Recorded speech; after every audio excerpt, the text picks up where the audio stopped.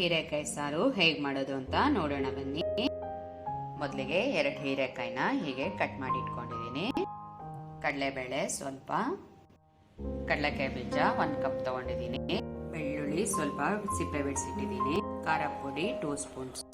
ಮೊದಲಿಗೆ ಕಡಲೆಬೇಳೆನ ಚೆನ್ನಾಗಿ ತೊಳೆದು ಹೀಗೆ ನೀರು ಹಾಕಿ ಬೇಯಕ್ಕಿಟ್ಟಿದ್ದೀನಿ. ಈಗ ಇದಕ್ಕೆ ಸ್ವಲ್ಪ ಅರಿಶಿನನೂ ಸೇರಿಸ್ಕೊಳ್ಳೋಣ. ಸ್ವಲ್ಪ ಎಣ್ಣೆನೂ ಸೇರಿಸಿದ್ದೀನಿ, 1 ಸ್ಪೂನ್ ಅಷ್ಟು. ಈಗ ಈ ಕಡಲೆಕಾಯಿ ಬೀಜನ ಸಣ್ಣ ಉರಿಯಲ್ಲಿ ನೀಟಾಗಿ ಹುರ್ಕೊಳ್ಳೋಣ.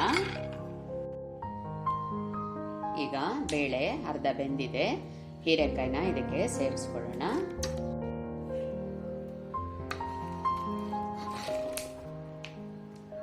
ಹೀರೆಕಾಯಿನ ಸೇರಿಸಿ 10 ನಿಮಿಷ ಬೇಯಕ್ಕೆ ಬಿಡಿ.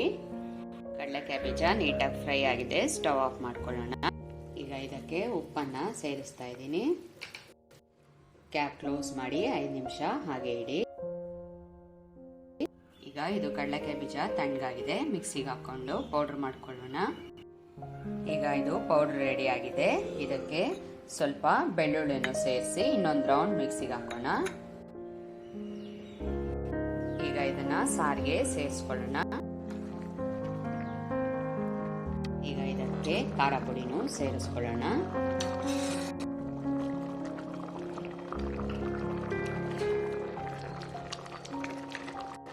ಈಗ ಸಾಲ್ಟ್ ಅನ್ನ ಚೆಕ್ ಮಾಡಿ ಬೇಕಿದ್ರೆ ಹಾಕೊಳ್ಳಿ.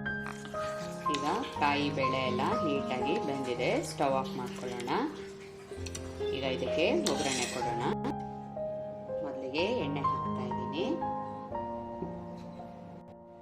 ಈಗ ಎಣ್ಣೆ ಕಾದಿದೆ.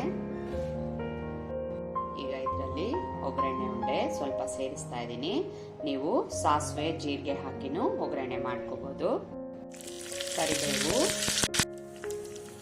ಈಗ ಒಗ್ಗರಣೆ ರೆಡಿ ಆಗಿದೆ. ಇದನ್ನ ಸಾರಲ್ಲಿ ಮಿಕ್ಸ್ ಮಾಡ್ಕೊಳ್ಳೋಣ.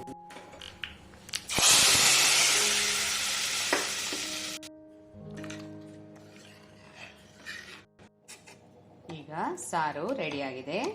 ನೀವು ಮನೆಯಲ್ಲಿ ಒಂದ್ಸಲ ಹೀಗೆ ಮಾಡಿ ಹೇಗಿದೆ ಅಂತ ಕಾಮೆಂಟ್ ಮಾಡಿ. Thank you.